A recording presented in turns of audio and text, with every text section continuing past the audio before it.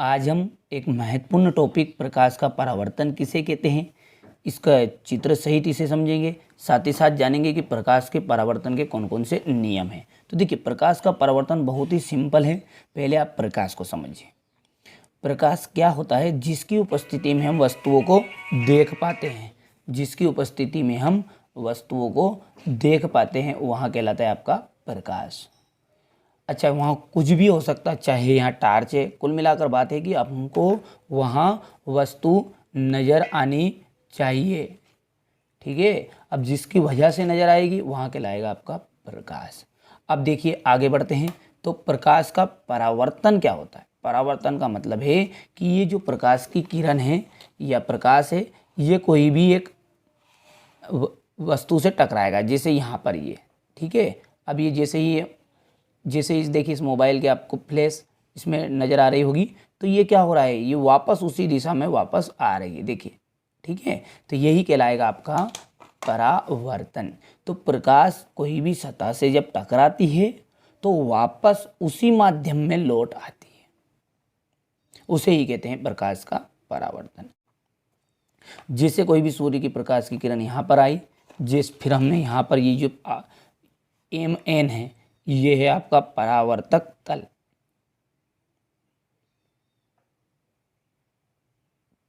परावर्तक तल भी बोल सकते हैं आप इसे, पृष्ठ भी बोल सकते हैं। क्या क्या बोल सकते हैं इसका नाम? परावर्तक तल या पृष्ठ। अब ये जो परावर्तक पृष्ठ है, ये मान लीजिए कांच है यहाँ पर।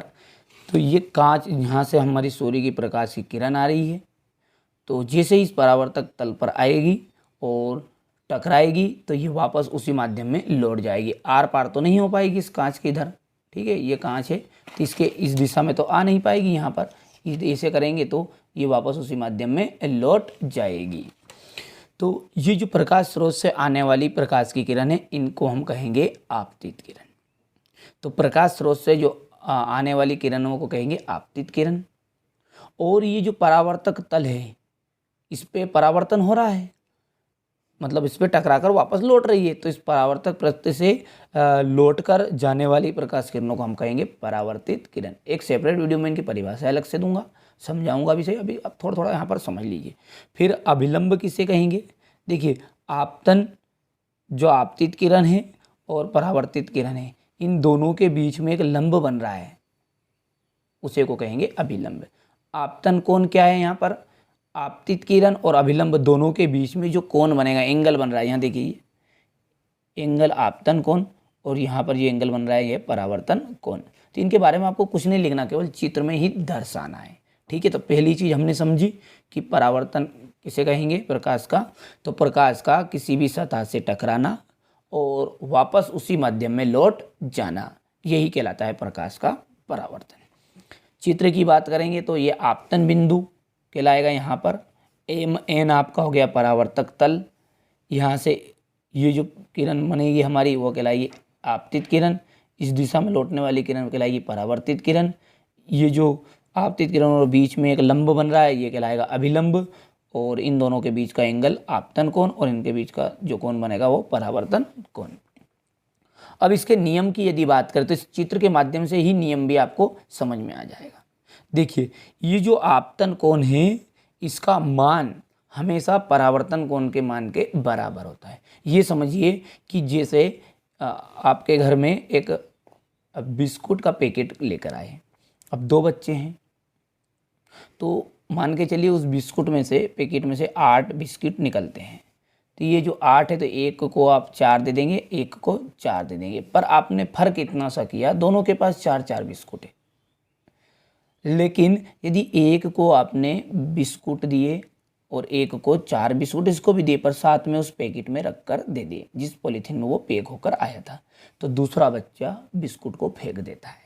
क्यों? क्योंकि उसे भी वही पन्नी चाहिए, पॉलीथीन चाहिए, जिस तरह से आम में होता है।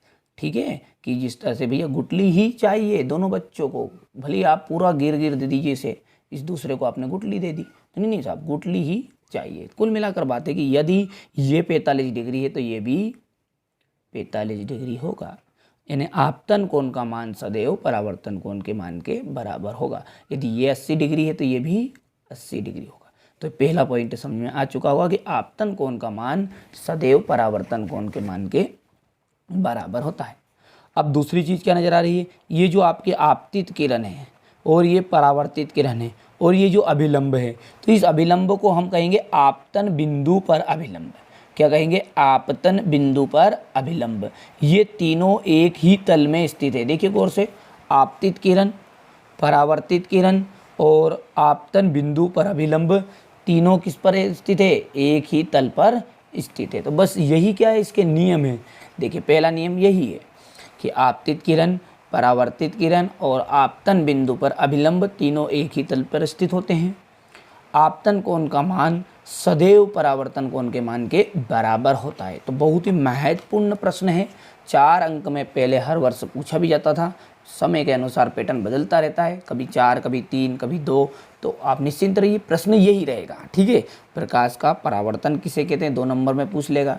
प्रकाश के परावर्तन का चित्र बताइए, 2 नंबर में आ जाएगा। फिर प्रकाश के परावर्तन का नियम बताइए, ये भी 2 नंबर में आपसे पूछा जा सकता है। तो ठीक है, तो बढ़िया से आप इसका अच्छे से नोट्स तैयार कर लीजिएगा। यहाँ से स्क्रीनशॉट ले लीजिए, ये इसका चित्र है और यहाँ से परावर्तन के नियम। तो मिलते हैं अगले वीडियो में किसी और नए महत्वपूर्ण प्रश्न के साथ। और यदि पिछले वीडियो आपने नहीं देखे हैं तो डिस्क्रिप्शन में लिंक बन जाएगी। देखिए मैं सारी जो डिस्क्रिप्शन में आपको लिंक मिल जाएगी, सेपरेट साइंस की, मैथ्स आपका एनसीईआरटी कोचिंग मैथ्स पर पढ़ाया जाता है, साइंस, सोशल साइंस और हिंदी, इन सभी की जो लिंक है वहाँ डिस्क्रिप्शन में आपको मिल जाएगी।